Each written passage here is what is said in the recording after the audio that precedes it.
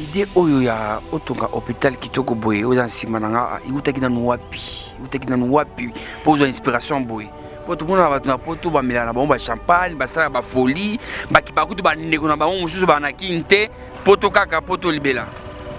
En fait de base naza motu moko azala social et puis naza na formation moko ya science infirmière. Donc première année où na check makonanga na Kinshasa na monaki souffrance elekaki mingi bato bazokufa nzala okufa na pasi. Donc natamboli Kinshasa na moni que capitale ça va encore mais na lingai na découvrir bamboka na kati baba Congo et tout ça na kokita awa ba bengi mboka sika kiko ba projet na weza nini. En fait na site oyo nazo sala centre médical hospitalier ekozala na urgence ekozala na pédiatrie chirurgie gériatrie. Donc en gros yango wana po ekoka ko accueillir bato oyo na tamboli nzinga awa hôpital ezate dispensaire pe ezate. Donc esengelaki ke na côté oyo na mboka sika bango pe bakokozala na moi eloko moko ekokosala ke ceux qui malades ezwi bango bata na facilité à se faire soigner. En fait ça c'est le plan facial. Finition il y a centre médical nanga kozala boy. Donc oza face principale. Voilà. On a la perspective aussi. Vu il y a l'icolo, ndenge toiture nango ekozali là.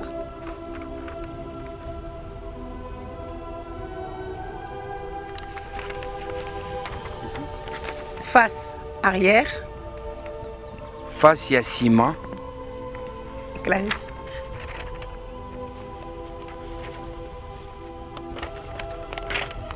Oh, façade. Allez, il y a l'icolo. Face nango na nenga likolo so mutu na avion ninga omonela ngo so pe wandu kilingo loka wa likolo omona ngo mekosala eloko te po awa makambo nzambe ezali. Amen. Oh, eza face il y a droite. Donc soko moi ezo bomba yo côté gauche. Donc côté droite omona nde côté face oyo.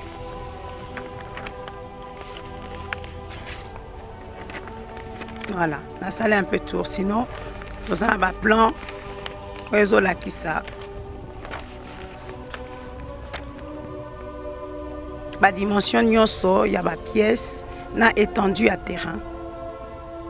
En fait, nous avons fait sur 2 étages. Nous avons un rez-de-chaussée, premier étage et deuxième étage.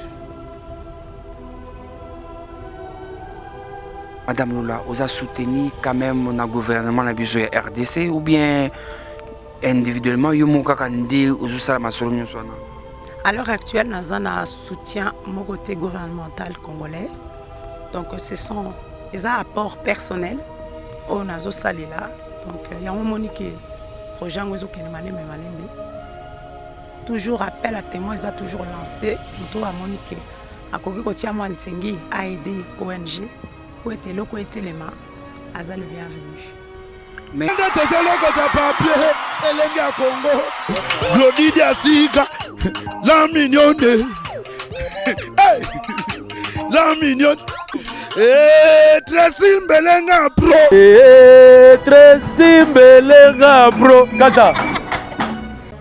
Ndeko mama, tala lelo komala ba problème ebele, okokaka lisusu kosepelisa pe papa te. Koyoka soni te, benga merve ba solution, po azali na ba réponse nyonso ya mituna na yo. Merve ba solution azali na Suisse, po na kopesa bino solution na ba problème nyonso. Yo totisami na ba problème na foyer na yo, ozali na hémorroïde, éjaculation précoce, merve ba solution. Mokonzi abanzete azawana na Suisse, mombenga ye na banimero eza affiché. Merve ba solution, batika yo.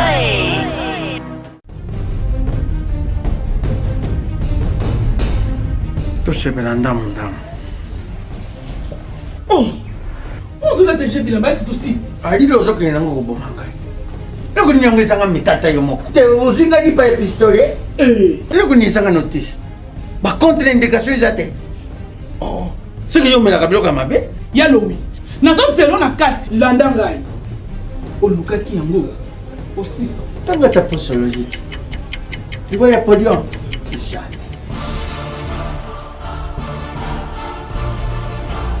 Avec ici? Non, non, pas quand on a attaqué na soko na kabilamba. Il y a quand on a makana. Et yo moko vraiment. Hein? Ah, solution de Jésus Amat. Solution yango. Maxi Bio Café. Ndeni ni ressources. Maxi Bio Café. Ezo sala makambo ebele na nzoto ya moto. Fungola nga mémoire. Dans autre traité, faiblesse sexuelle, hémorroïde. Ok. Solution la soir.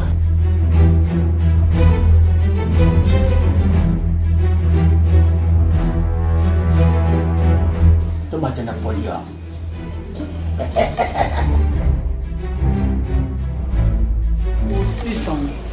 Bongo kokate. Non, talo kutu.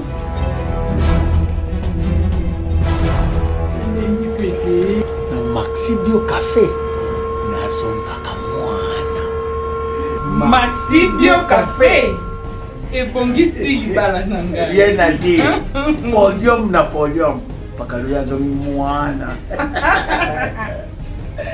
Maxi Bio Café à base de plantes. Essentiel ça, maladie belé les autos. Tension hémorroïde, faiblesse sexuelle. Bonjour mesdames et messieurs, vous êtes connectés sur le Merci ton number one, la RTNC des sites congolaises. Maman na bango, papa na bango, na oyo etali information. Herbe to ça va polémique ba buzoba nga naza na Congo, na Zaïre, musika na mboka sika obino na poto boyebite mboka sika ngai place. Une grande dame, vraiment, Lula, Madame Lula, a invité Biso Total, vraiment, Botala, moi, si Oyo, une grande dame, Aouti Poto, Atiki Poto, Aena Congo, Namboka Yasika, place, Batou, vraiment, Bazo souffrir, pendant que ça là, et le Koza Simananga, et ça, hôpital, ya Mounene, vraiment.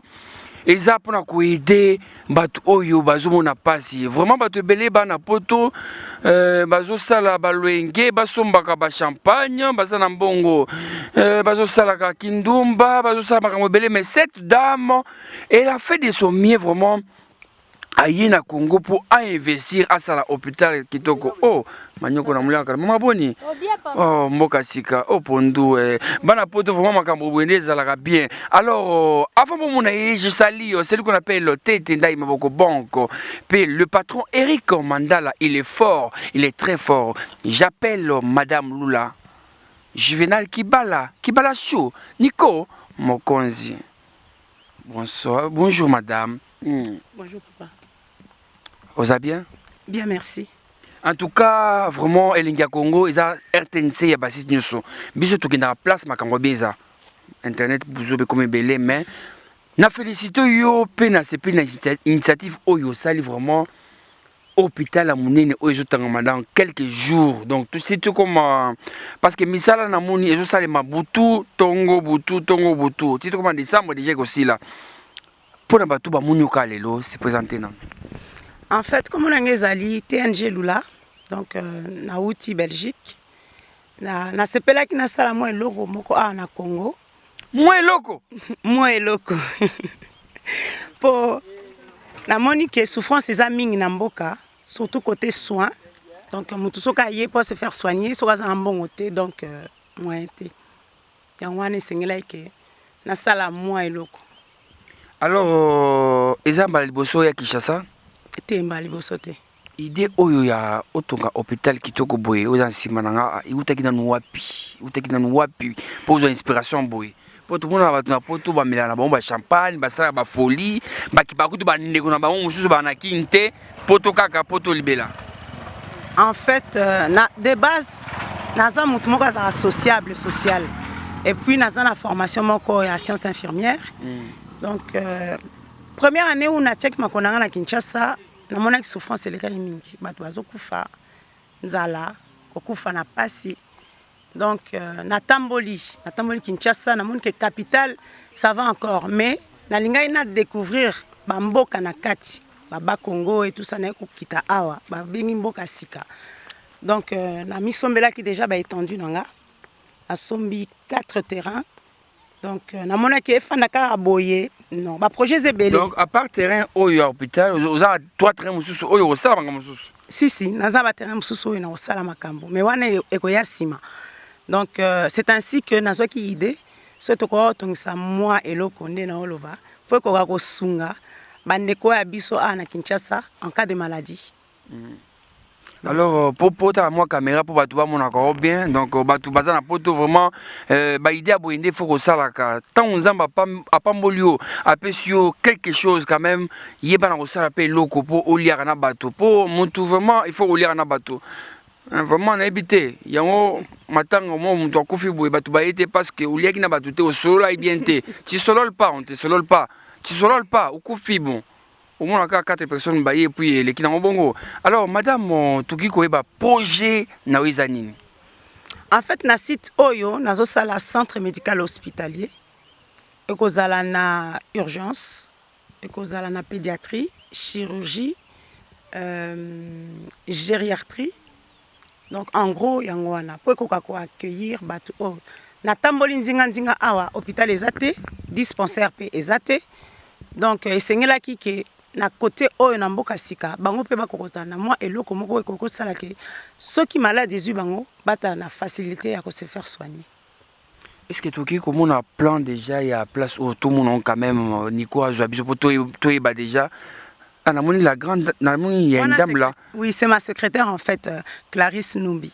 J'appelle la secrétaire, elle peut venir aussi. Voilà. Clarisse. Il y a 2 membres aussi de l'association. Et puis, il y a une association pour l'encadrement des vulnérables. Papa, ok, pour l'India Congo, quand même, Nico Sombia Mokonzi, association pour l'encadrement de vulnérables. ACEF, ça veut dire? C'est bien ce que vous venez de dire. Non, oui, donc expliquez Bisso, ils ont ONG Nayo. Oui, en fait, ils ont ONG Nanga. Ça fait 2 ans qu'il est situé ici à Kinshasa. Donc, ils ont spécialement pour aider plus de mini. Quand on a de mini, ils ont personnes âgées, fille mère, chégé. Mutu nyostu o azana la difficulté à monique et si kaya ko fan des athées. Puisque suite, il y a Elokoyo, tozana moi orphelinat tozo tongisa. Donc, et salami pour encadrer, aider, oyo nyoso tout bazangi bisika, oyo bakufela baboti. Donc, ACEF eza wana pona kosunga bango. Alors, qu'est-ce qu'il faut faire pour nous mutu akota na ACEF akomape membre na ONG na yo? En fait, il faut bokende na 3 fois www.acef.be. Alors, pour le projet, Toki on a déjà hôpital au Nengi Kozala. Donc la secrétaire, bonjour secrétaire. Bonjour.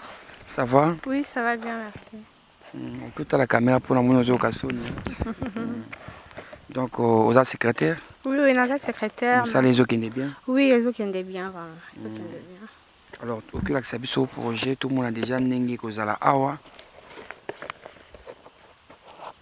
Donc les temps au fond là, la pesca en beauté n'a pas tout, il y a bonne foi au Bouzarana partout dans le monde. La meilleure chose qu'il faut faire quand tu as l'argent, il faut quand même faire quelque chose pour nous aider. Non, papa, on s'en mis tout cher. On met là-bas champagne, sans champagne, 1000 champagne. Non, pourquoi? Champagne, tant qu'on s'en c'est l'hôtel. Sans les locaux, pour nos bateaux, pour nos Congolais, bateaux sous baza, on a baokufa, le colo a $10, on a $10 pour soigner. On tout ça koufi, a zangé $2 pour son bakis, moi vous sauver. Mais yo, vous êtes millionnaire, tu prétends être millionnaire, t'as rien fait pour ta famille, t'as rien fait. Pour nos frères, mais non, arrêtez. Alors, il y a un biseau qui a encouragé ma camaboué. Donc, bon, moi qui n'a site oyo. Tout là qui c'est qui madame Angélica na ONG na yeninga sali basima tout ça, mais là aujourd'hui nous avons madame Lula, une dame qui se permet ya kouta na poto aïe vraiment na Congo et puis pas Congo ya ville na fin fond wana vraiment na cité sikanga inga pour ça la projet qui toko boye vraiment yé moko zo pour expliquer biso yango yo Nico Osombia Mokonzi. En fait ça c'est le plan facial. Finition, il y a centre médical Nanga Yozalaboy. Donc, il y a face principale, Voilà. Dans la perspective aussi. Vu, il y a l'icolo, ndenge toiture nango ekozali là.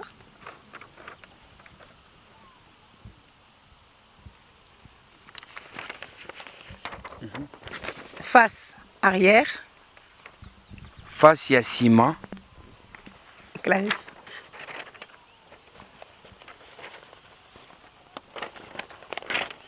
Oh, façade.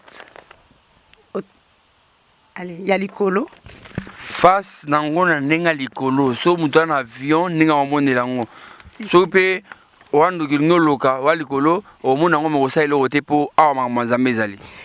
Amen. Oh, eza face, il y a droite. Donc, soko moi ezo bomba yo côté gauche. Donc, côté droite, au monde en côté face oh.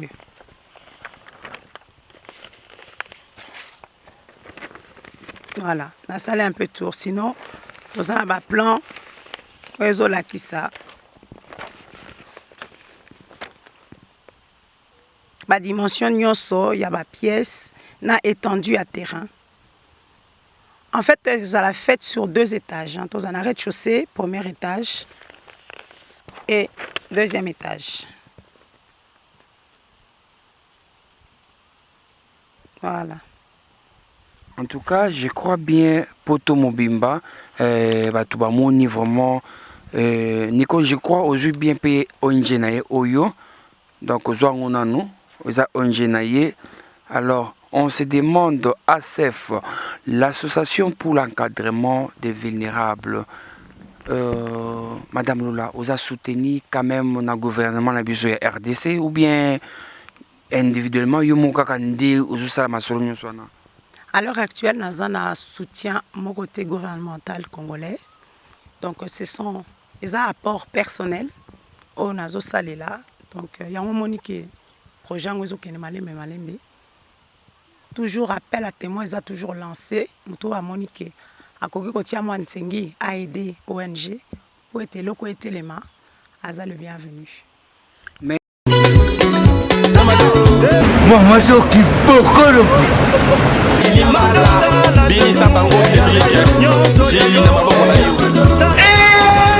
batata bamama bandiku nalandi ye simasima natimbiri basekre na ye sekre ezali kaka timbela balobi awa toza ozomona oyo ezali mpana kokuma lokola mwasi simekoli mwi kibokolo yango oyo odio bazokolango awa toza kibokolo mwasi simekoli bi oyo eza ya mwana mboka omona ngo simekoli mini ekoleka collant ekoleka de soki otiango outiliser omoni a je forme stop ongana kalangao poitrine place soki ndenge nini te balobi vetu makambo au sentir que okoza nzoto makasi ndenge nini na awa toza solution makambo tu on va voir ça comme le quoi maki allô awa toza je veux la pommade Bocho, je veux le Supovita plus, je veux le sirop Bobaraba et voilà. Oyo pommade ya kopakola dans quelque temps okomona nzoto na yo mobali ezongi penza ndenge nzambe akanaka ezala totuma peni peni voilà yo lingi français trop pour ozala na forme awa toza moto esalaka ki lokola lia ezala boye awa toza nde moto esalaka mavili nanga. Voici le produit magique, le miracle en lui-même. Awa toza Simekoli.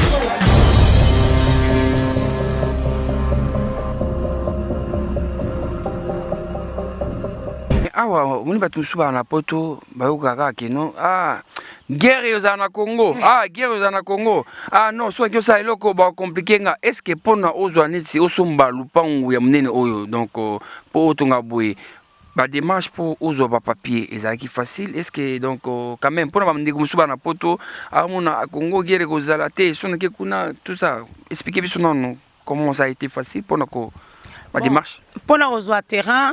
Et ça toujours de bouche à oreille. Puisque tant on a yakana kindaka na tika déjà maloba que non voilà na zana posa na acquérir territoire moko. Donc, Batuninga, quelle dimension, de quel côté? Apparemment, en fait, je n'avais pas vraiment de but, de lieu ou d'espace bien spécifique. Mais ça va calme, il y a bien et que vision est à la paisible parce que pour les malades, ceux qui ont une vision, il y a bien morose et ça la bien. Donc là, on a vraiment la nature. Quand on regarde vers l'horizon, on voit les feuilles, les arbres, c'est vert, c'est paisible. Donc pour cela, ça a été vraiment très vite, très rapide et très facilement. Parce que les habitants de cette nouvelle ville, si je puis dire, ont été très, très collaborants. Alors, Madame Lula, est-ce que c'est une posé une question et je vais vous montrer ma mère na congélateur pour vous ma cambo na le bas aux amotema parce que moni le loba hôpital amener les péjos salé mato moni amuto moni kemé ba tubele mais ils ont des chers mutu pas se faire soigner vraiment il faut faire bon belé donc à aucun épine à l'hôpital boy pour normalement sur mutu c'est une crise cardiaque à aucun coup faté à aucun peu mamuke mais bino na matériel na bino tout ça est-ce que aux autres promettent ba tout que non ndingo c'est l'hôpital oyo na fait un fond côté yo na ngai et que ça a pris mot valable pour la population dans mon awa ils avaient battu au banambon mingité donc il y a battu au mambazo bunda au tcha parce que quand même nous ça liboé au lingate pour ça liboé capo aider battu au lingate quand même moins le quota alors côté on a envisagé de gagner en fait ça dans un but caritatif et social bien sûr nazo zela ke naza pena moi et loko mais objectif na nga liboso ezali ndé na lobaka slogan na nga ezali to welela bomoi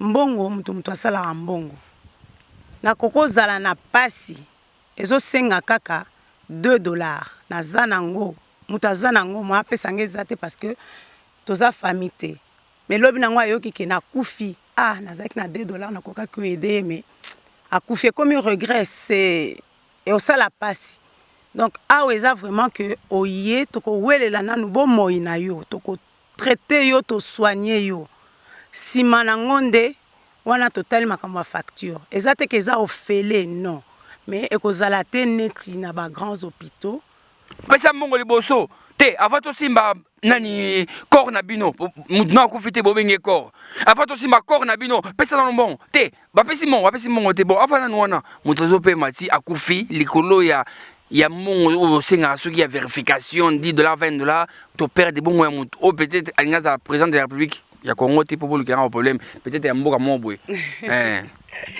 non na lobiango pe na bandeli to welela bomoi ezate ke to welela libenga donc mutu soki aye azana pasi quel que puisse être pasi na ye et loko liboso to ko welela ko soigner ye donc pona ngai via mutu eleki ba millions ba milliards na mokili o soki mutu aye akufeli nga na maboko eke na koki kosunga ye na saleli yango te eza crime et puis nzambe pe akolimbisa ngo te alors ils ont juste hôpital et ceux qui mutu akufi lo to ba mama okufu ceux mutu akufi awa musika boye est-ce que au sali quand même quelque chose pour na ko corriger quand même au sala mort so mutu akufi quand même otie wana ole olongwaka awa okendaka lisusu po awa mort pose à mort na ebité faut tambola donc pour na tant au l'hôpital pourquoi envisager qui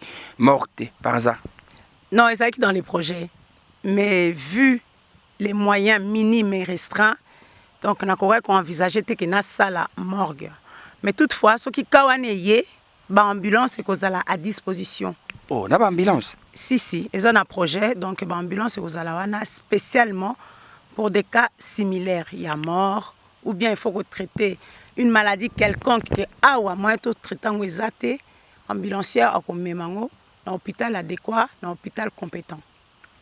Madame Laura Peto Lobelayo donc c'est pas facile pour mutatonga sapato à cause na ida osa eloko mutateka nguba à cause ida mais yibisa biso na poto osalakani. Bon, j'ai suivi une formation d'infirmière. Entre autres, j'ai touché un peu à tout comme on peut dire, j'ai un diplôme d'emploi administratif, secrétariat. Donc j'ai aussi travaillé tout au début avant de trouver un emploi stable comme femme de chambre. Donc quand on a la volonté, on a l'ambition, tout peut arriver. Il n'y a pas de son métier. Donc c'est ce que je dis toujours. On peut avoir un diplôme d'ingénieur qu'on ne trouve pas. En Europe, il n'est pas aisé de pouvoir trouver un travail. Donc les diplômes dorment. Donc à l'heure actuelle, il n'y a pas grand-chose que je puisse faire étant infirmière de profession. Donc je me dis, je peux mettre à contribution mon savoir-faire et mon savoir intelligent au sein de ce centre médical hospitalier.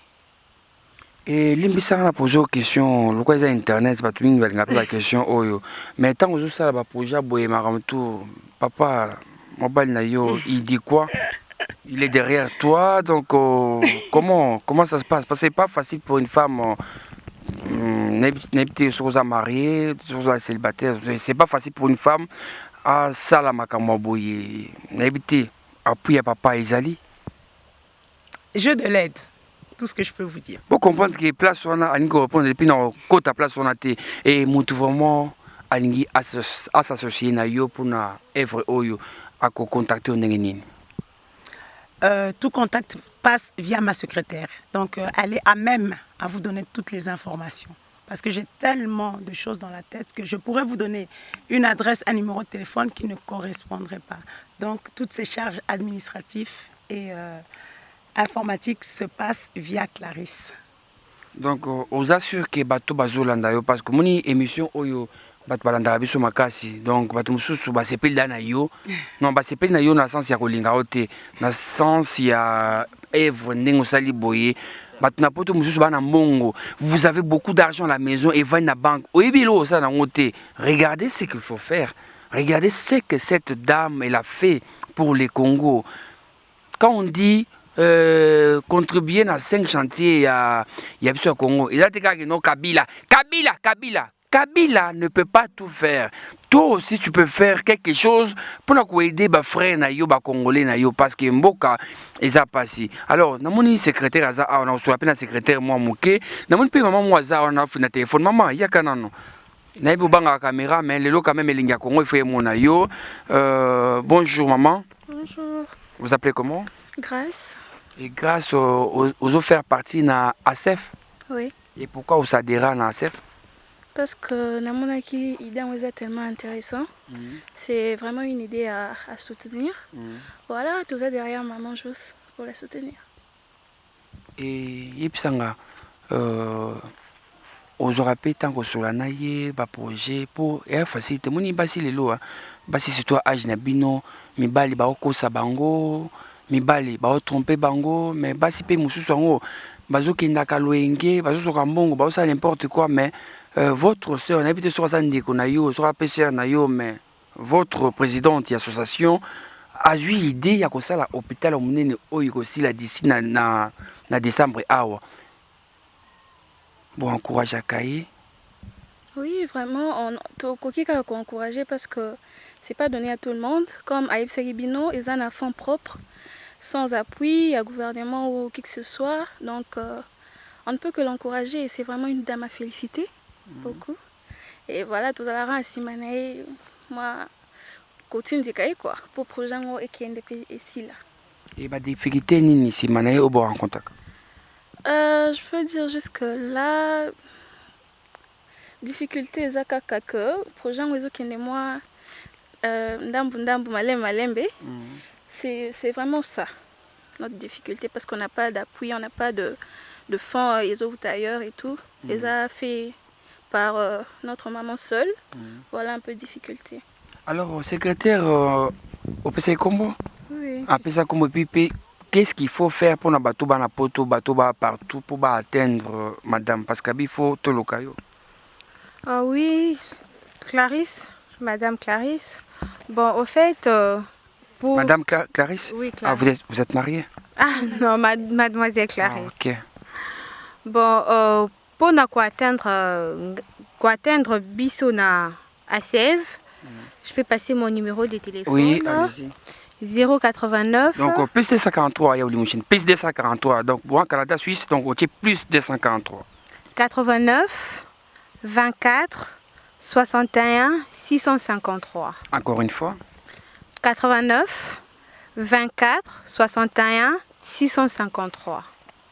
apesi numéro ya téléphone pona bino bato bozalaka envoie-moi la vidéo tu as de cheveux tes lèvres non apesi numéro ya téléphone pona olingi osadere na asave osadere olingi okoma membre okomi membre olingi oza na mbongo etula na ndako obili osala te quand même te en tout cas maman Lula oza na ida bien olingi quand même s'associer otinda eloko otindi eyate ke no moto apesi numéro otali ke no aza ta ya bien okoma kobenga tout temps na 2h du matin 3h moto alali obenga non et il n'y a pas un numéro de compte. Il n'y a pas de numéro de compte, madame. Si, il y a un numéro de compte, mais je ne l'ai pas en tête. Ok. Là, je vais parler avec le réalisateur, caméraman Nico Mokonzi. On peut faire un numéro de compte. Et le roi dans le biboyer, il sera quand l'émission va entrer.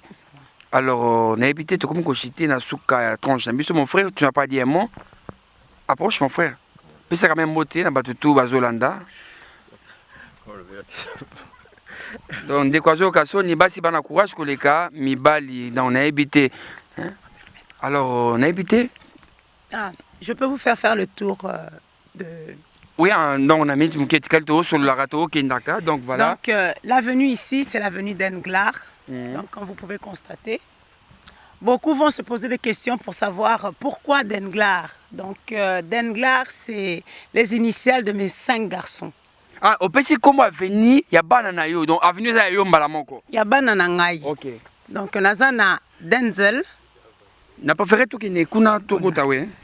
Denzel, Glody, Aaron, Noé, Thibaut Darren. Donc Sali Denglar, comme vous pouvez le voir. Voilà, banana 4. 5. On y maté. Merci. OK. Oui, après. Donc babanda que l'élévation va mur mais bakati puisque na lingi basala clôture pour être un peu plus intime pour batuba yibaba idete pour être tout ça les lokomoko tangu ekosila batuba sepela. Donc voilà le pourquoi bon monique batimoli un peu partout donc awa bazo sala clôture. Et les gens bazo sala tongo pourquoi tout ça donc bazo bien encadré. Oui, tout à fait. Donc, c'est un chantier. Hein. Il rentre le lundi matin à 6h. Il sort du chantier le samedi à 17h. Donc, c'est pas le cas pour il y a maman nanga vraiment maman Angelica Madeleine. Maman Angelica, merci hein. Tout le monde va dans quatre hôpital AAP Isali hein. Donc voilà. Donc merci. Donc tokei maman. Donc bazana va pause na tongo. Donc bazana petit déjeuner parce que mutunyo sozo sala misala ya chantier zaka dur, onyo so ebi maçonnerie ebi que les hommes ça très difficile. Donc na 7h bazana petit déjeuner, na midi bazana dîner, il faut bali à chaud pour pouvoir continuer leur repas. À 17h bazana moi break, pour ba ko komela moi loko moko désaltérer bango. Et puis baza à peu près plus ou moins. Ah, tu as clôture déjà? Oui, babandi. Baza à peu près encore 1h, 1h30 vers 18h, 19h, on a basili ici journée na bango. Ah ok. Donc ils sont encadrés parce qu'il faut bien dire que le Kwezambo Kasika a besoin de sécurité. Donc tozana ba lieutenant-colonel. Ouais. Baza on a pour encadrer. Ah, les lieutenant-colonel Soudan on a moniona ya armée na biso RDC. Ah ok. On va encadrer un peu l'environnement et que bango peut basala na sécurité. Pour être matata mobulu ezala. La préférée aussi sa émission na Sima donc en tout cas mbote mingi na tete ndai félicitations pe bon retour à Kinshasa mbote na David Lutete mbote na le boss keke carré club Moïse Amani Poche Muzindo pe na obabengi Kali Kalonji un Canadien de moins au Canada, de plus au Congo. Merci et bon retour au pays à Kinshasa. Donc ça se passe très bien. Donc voilà. Merci n'a encouragement na yo pe ba soutien na yo sans oublier celui qu'on appelle BM Bernadette Masengo. Madame, toi na Simaya hôpital, je crois. Oui, tout à fait. C'est une grande parcelle. En tout cas, dépenser mon rebelle. Bah quand on aime son enfant, on n'hésite pas, on n'hésite pas sur les moyens, donc il faut. Donc au Ezakar hôpital, mais sur l'aile gauche, il y aura l'orphelinat, donc il y a encore beaucoup de travail qui va arriver. Alors, je ne sais pas si la secrétaire a un mot de la fin, un biseau programme, parce que tout comme il va à Souka, donc secrétaire. Oui, bon, dernier mot la biseau, et ça juste caca. Bomoni initiative na biso, bomoni projet na biso. Tozana nous vraiment na appui moko o ekosala ke ba travaux na biso ekende plus rapidement te. Donc tokosenga kaka na bandeko bazolanda biso na poto bakondi na biso ya awa batala idée propre o la maman abimisi ya koaider ba en tout cas vraiment tozosenga kaka juste soutien na bango. Et bato ba s'adhérer benga bango yebisa bango baolanda o na association ASEV. Bon oui, bato baza na besoin ya vers biso na association na biso ASEV. J'avais déjà passé mon numéro, beaucoup contacté na numéro wana et puis tokoye bandenge nini yako sala. Na insisté boya ko s'adhérer na association ASEV, boya te kolinga ye.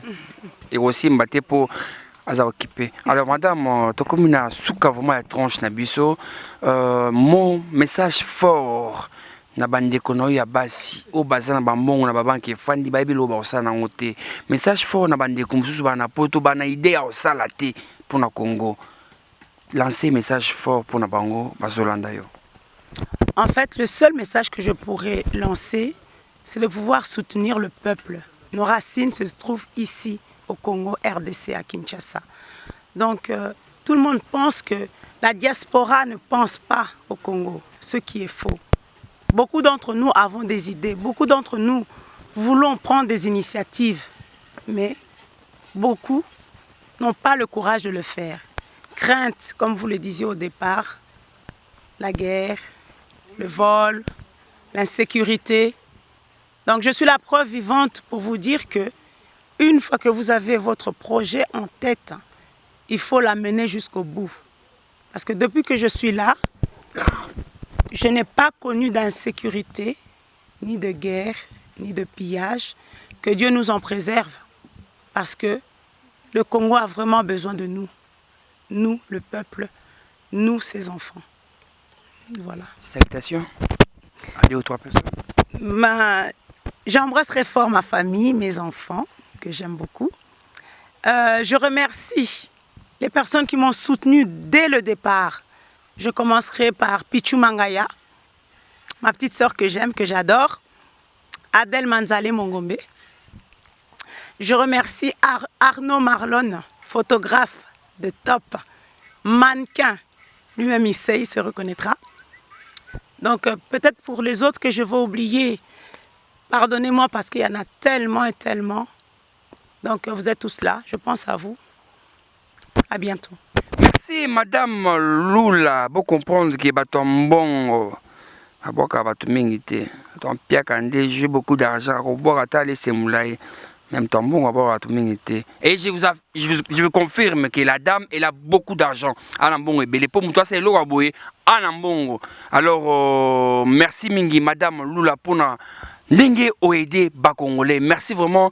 Joël Basunda na États-Unis. Omoni mama Lula nenga sali donc hôpital Onde Toroya, ya onde torosa ba soins, ya onde torosa la ba traitement donc bato maladie nyonso, hein?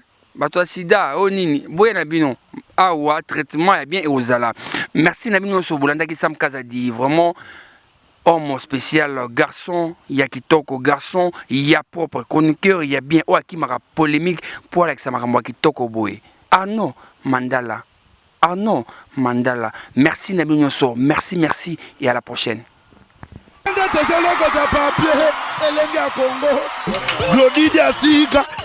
La mignonne. La mignonne. Tracy Mbelenga bro. Tracy Mbelenga bro. Kata.